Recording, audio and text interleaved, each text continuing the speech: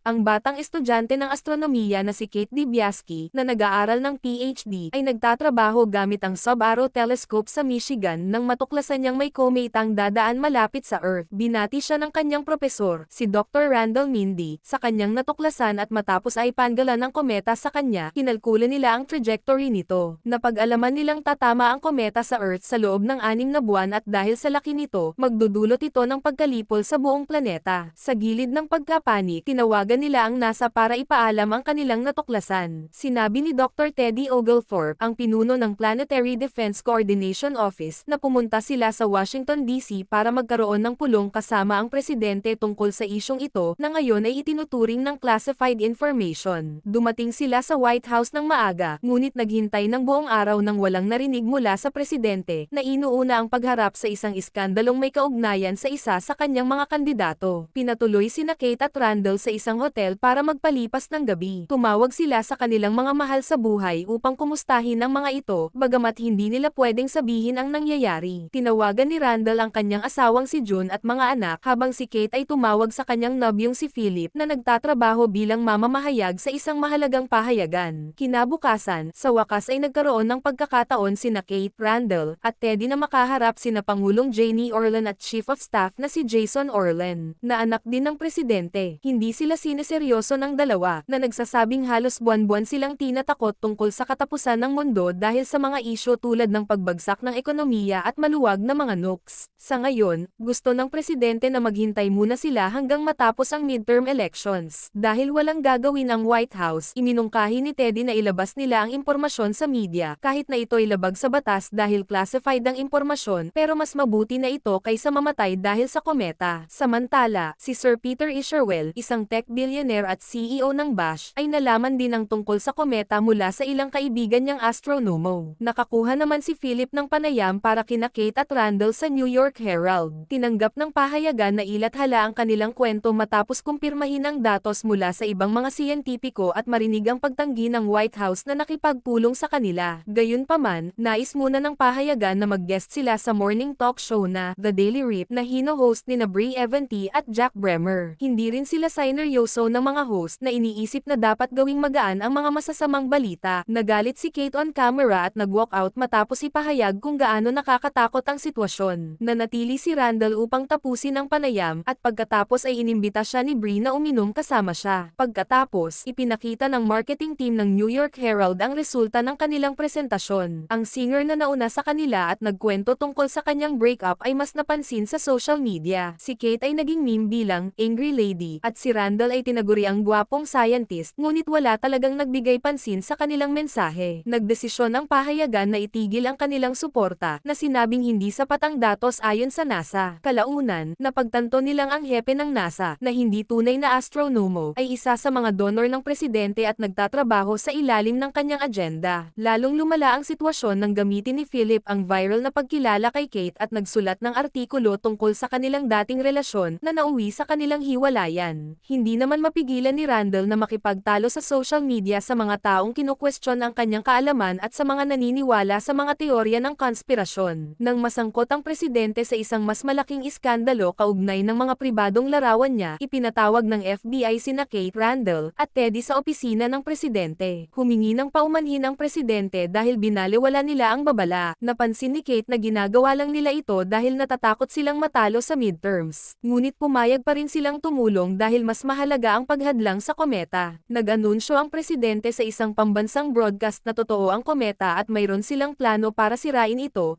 Maglulunsad sila ng spacecraft na tatama sa kometa gamit ang mga nuclear weapon. Sa kabila ng opinyon ni Randall na dapat itong patakbuhin gamit ang remote technology, pinili ni Janie si General Benedict Drask upang i-piloto ang spacecraft dahil naniniwala siyang ang pagkakaroon ng isang bayani bilang imahe ng plano ay makakatulong sa mga tao na tanggapin ang balita. Nagsimulang mag-appear si Janie at Randall sa iba't ibang palabas sa TV at pabalat ng mga magazine habang ang balita ay naging viral sa internet. Matapos muling mag guest sa The Daily Reap, nagkaroon ng relasyon sina Randall at Brie, habang sina Teddy at Kate naman ay nakikipagtalo sa mga comment deniers sa isang konserbatibong palabas. Dumating ang araw ng paglulunsad at ito'y na-broadcast sa buong mundo. Matagumpay na nakalipad ang spacecraft, ngunit ang mikropono ni General Drask ay agad na pinatay dahil sa kanyang mga masasamang sinabi on camera. Handa na ang lahat para magdiwang dahil sa pag-aakalang mawawala na ang kometa, ngunit nang dumating si Isherwell at makipag-usap ng pribado sa presidente, nalaman nilang bumabalik ang spacecraft. Ikinansela ng presidente ang misyon. Napag-alaman na ang dahilan kung bakit kinansela ang misyon ay dahil natuklasan ni Isherwell, na isa ring donor ng presidente, na ang kometa ay naglalaman ng trilyon-trilyong dolyar na halaga ng rare earth minerals na ginagamit ng mga tagagawa ng teknolohiya sa mga bagay tulad ng mga cellphone. Nauubos na ang mga ito dahil ang China ang nagmamay-ari ng karamihan sa mga minahan. Ang plano ay magpadala ng mga drone para durugin ang kometa at hayaang bumagsak ang mas maliliit na piraso nito sa karagatan para minahin sa hinaharap. Hindi sumasang-ayon si Randall dito, lalo na nang mapagtanto niyang ang teknolohiya ni Isherwell ay hindi dumaan sa masusing pagsusuri ng mga eksperto at ang bawat siyentipikong nagtangkang magsalita laban dito ay pinatahimik. Ngunit wala na siyang magawa dahil hindi na ito nasa ilalim ng kanyang kontrol. Matapos ang pulong, nagpunta siya sa isang bar kasama sina Kate at Teddy at ikinwento sa kanila ang lahat tungkol kay Isherwell. May ilang mga tao ang nakarinig sa kanila at nagpasya si Kate na dapat malaman ng lahat ang katotohanan. Malakas niyang inihayag na papayagan ng presidente ang kometa na tumama sa planeta upang mas yumaman ang mga mayayaman. Nagresulta ito ng mga kaguluhan sa lungsod, kaya inaresto ng FBI si Kate at sinampahan siya ng kasong paglabag sa classified na impormasyon at pinsala sa pribadong ari-arian. Ngunit pumayag ang FBI na palayain siya kung pipirma siya ng kasunduan na hindi na siya magsasalita tungkol sa paksa sa publiko o media at mawawala sa radar, na tinanggap naman ni Kate. Bumalik siya sa kanyang maliit na bayan sa Illinois. Mahirap ang pagbabalik sa dati niyang buhay dahil hindi siya tinanggap ng kanyang mga magulang na sumusuporta sa gobyerno at ayaw ng mga traidor sa kanilang bahay. Nagsimulang magtrabaho si Kate bilang ka-era sa isang supermarket kung saan nakilala niya si Yul at ang kanyang mga kaibigan na humanga sa kanya at inimbita siyang makipag-hangout. Samantala, patuloy na nagtatrabaho si Randall para sa presidente. Iniisip na ito lang ang magagawa niya upang makatulong sa planeta, at patuloy na nagkakaroon ng lihim na relasyon kay Brie. Nahuli ito ng isang gabi, nang bumalik sila sa kanilang hotel room at nadatnan si June doon, na naghihintay upang sorpresahin ang kanyang asawa. Hindi man lang nagsorry si Randall at sinubukan lamang gumawa ng mga dahilan,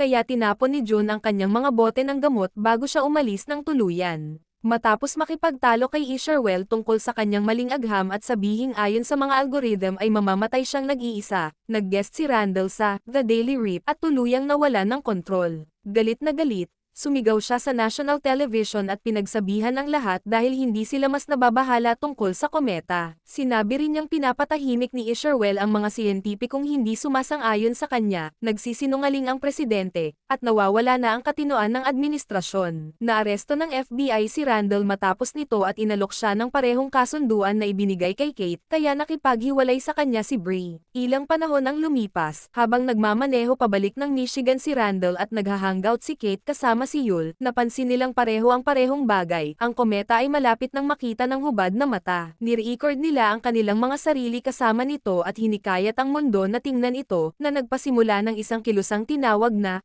Look Up, na sinalihan ng milyon-milyong tao sa buong mundo na nagpo-post tungkol dito sa internet. Muling lumabas sa TV si Randall. Binabatikos ang gobyerno para sa kanilang masasamang plano at nakakuha pa ng suporta mula sa dalawang sikat na mga awit na nagsulat ng espesyal na kanta na Just Look Up. Dahil dito, gumanti si Janie sa pamamagitan ng paglikha ng sarili niyang kilusang Don't Look Up na sinuportahan ng milyon-milyong konserbatibong botante at mga naniniwala sa konspirasyon na naniniwala sa kanya nang sabihin niyang gusto lang ni Randall na takutin sila at ipagkait ang kanilang kalayaan. Nagkaroon ng mga riot at protesta sa mga lansangan habang nagtulungan ang Russia, India, at China upang magpadala ng sarili nilang spacecraft upang pigilan ang kometa, ngunit nabigo ang kanilang paglulunsad at sumabog ang spacecraft. Habang palapit na ng palapit ang kometa at unti-unti nang namumulat ang mga deniers sa mga kasinungalingan, dinala ni Randall sina Kate at Yul sa pamimili ng groceries at nagmaneho pabalik sa kanyang bayan upang magkasama silang gugulin ang kanilang huling araw bilang isang pamilya. Sa ilalim ng matinding sitwasyon, tinanggap ulit ni June si Randall matapos aminin na niloko rin niya ito noong sila ay nasa kolehiyo. Sumama din sa kanila si Teddy. Lahat sila ay nagsalo-salo sa hapunan, nagbahagi ng mga anekdota, at nagdasal ng huling panalangin habang hinihintay ang pagdating ng kometa. Sa gabi ng paglulunsad, habang hinihintay magsimula, tinanong ni Janie si Isherwell kung ano ang sinasabi ng mga algorithm tungkol sa magiging kamatayan niya, at sinabi nitong mamamatay siya dahil sa isang grunty rock. Kahit ano man iyon.